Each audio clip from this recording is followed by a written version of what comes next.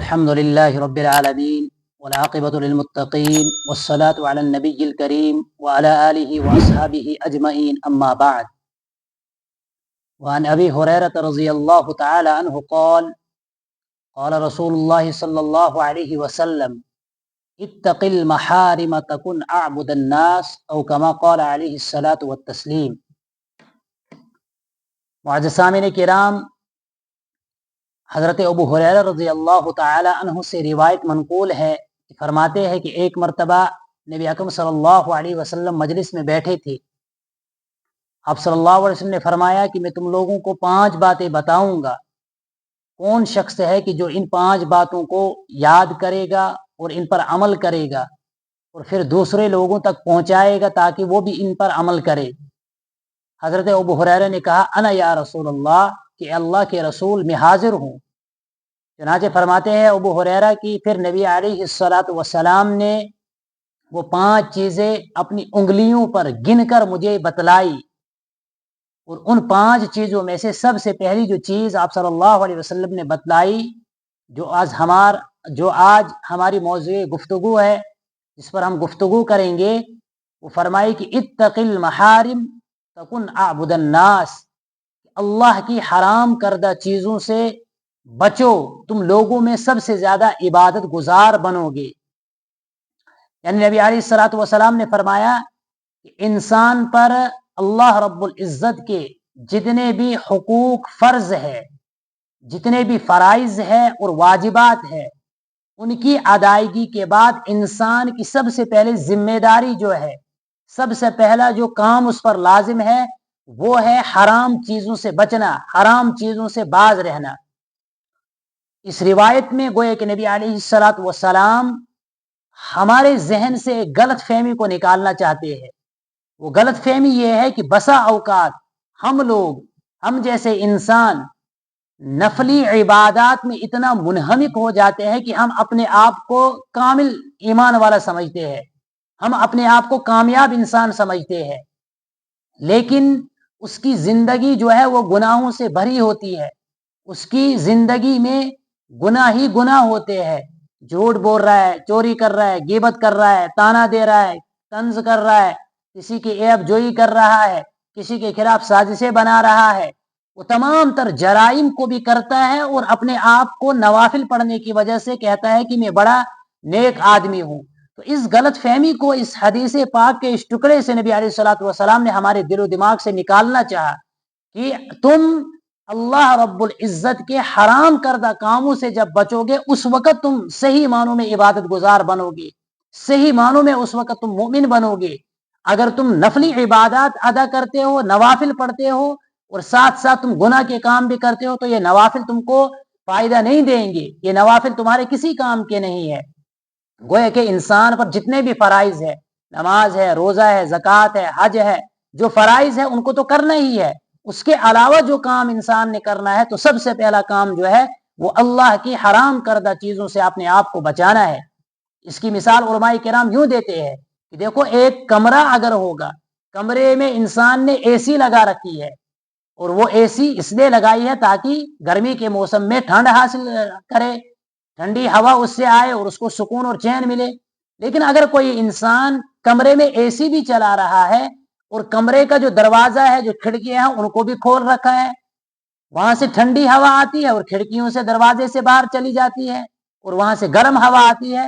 تو لوگ اس کو کیا کہیں گے کہ یہ بیوقوف ہے. اسی طریقے سے انسان فرائض ادا کر رہا ہے، واجبات ادا کر رہا ہے،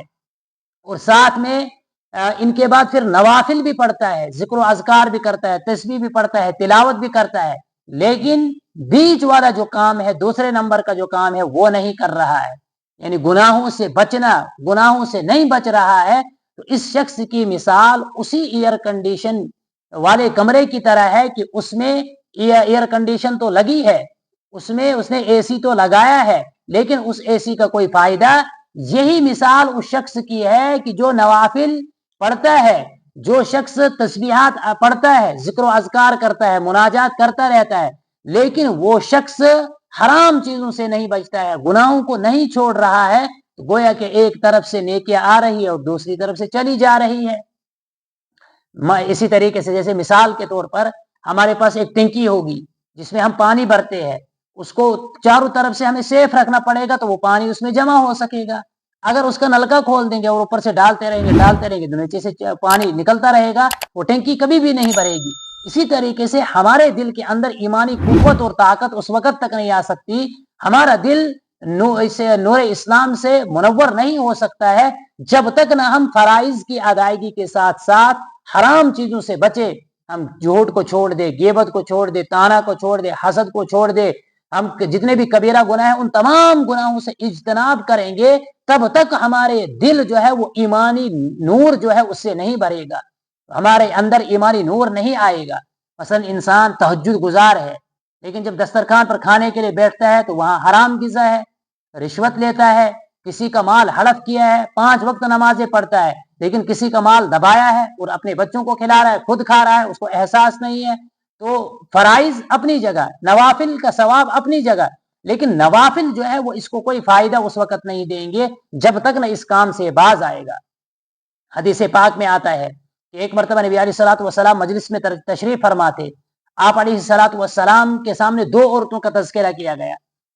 حضرات صحابہ کرام نے فرمایا کہ ایک عورت ایسی ہے کہ وہ تہجد بھی پڑھتی ہے، ذکر و اذکار بھی کرتی ہے، نوافل بھی پڑھتی ہے، لیکن اس عورت کے اندر عیب یہ ہے کہ وہ زبان کی بڑی سخت ہے، گالیاں دیتی ہے، غیبت کرتی ہے، طعنہ دیتی ہے۔ اس کی زبان سے اس کا کوئی پڑوسی محفوظ نہیں، جتنی بھی پڑوسنے ہیں سب اس کی زبان کی وجہ سے تکلیف میں ہے، وہ پریشان ہے۔ اور ایک وہ عورت ہے جو نوافل نہیں پڑھتی ہے، صرف فرائض پڑھتی ہے، واجبات کو ادا کرتی ہے، اس کے علاوہ کوئی نوافل، کوئی ذکر و اذکار نہیں، کوئی تہجد نہیں،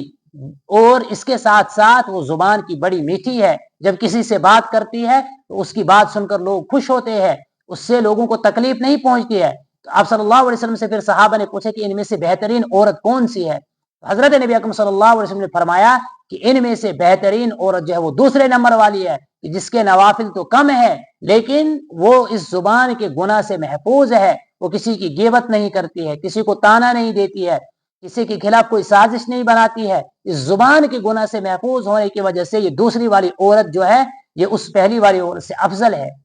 بلکہ ایک روایت میں آتا ہے کہ نبی علیہ الصلوۃ والسلام نے فرمایا کہ پہلی والی عورت جہنمی ہے اور دوسری والی عورت جنتی ہے، اس چیز کی وجہ سے، اس زبان کے گناہ کی وجہ سے۔ تو گویا کہ انسان کو نوافل تب تک فائدہ نہیں دے سکتے ہیں، وہ اس کو بجا نہیں سکتے ہیں جب تک نہ انسان فرائض کی ادائیگی کے بعد حرام چیزوں سے بچے گا، تب تک اس کے لیے نوافل کوئی فائدہ مند نہیں۔ اب گناہ کے کام سے بچنا اور نوافل کی ادائیگی، دیکھو آخرت میں ہم سے پوچھ ہوگی فرائض کے بارے میں کہ کون سی چیز اللہ رب العزت نے تم پہ فرض کی تھی اس کو کیا یا نہیں کیا، اس کے بارے میں سوال ہوگا۔ اور دوسری چیز جو ہے وہ اللہ رب العزت جو ہم سے سوال کرے گا کہ وہ ہے کہ جو آپ حرام کام، جو کام حرام تھے جن سے آپ کو روکا گئے تھے ان سے آپ نے رکے یا آپ نہیں رکے۔ قرآن کریم میں آتا ہے کہ من یعمل مثقال ذرۃ شرا یرہ، کہ جو انسان ذرہ برابر بھی بدی کرے گا، ذرہ برابر بھی گناہ کرے گا، اس انسان کو اس کے بارے میں پوچھا جائے گا۔ اور جو انسان نوافل کو چھوڑ رہا ہے، نوافل کے بارے میں اس کو پوچھ نہیں ہوگی۔ اپنی نوافل کی فضیلت اپنی جگہ ہے، اس کی اہمیت اپنی جگہ ہے کہ اس کے ذریعے سے اس کے نام اعمال میں، نیکیوں میں اضافہ ہوگا، لیکن پوچھ جو ہوگی وہ سب سے پہلے فرائض کے بارے میں، اور دوسرے نمبر پر جس انسان نے ذرہ برابر بھی کوئی بدی کی ہوگی اس کے بارے میں پکڑ ہوگی۔ یہ نہیں پوچھا جائے گا کہ تو نے تہجد پڑھا تھا، تو نے نوافل پڑھے تھے، تو کہ ذکر و اذکار کے تھے، نہیں، بلکہ یہ پوچھا جائے گا کہ اس کام سے تجھے روکا تھا، تو نے یہ کام کیوں کیا۔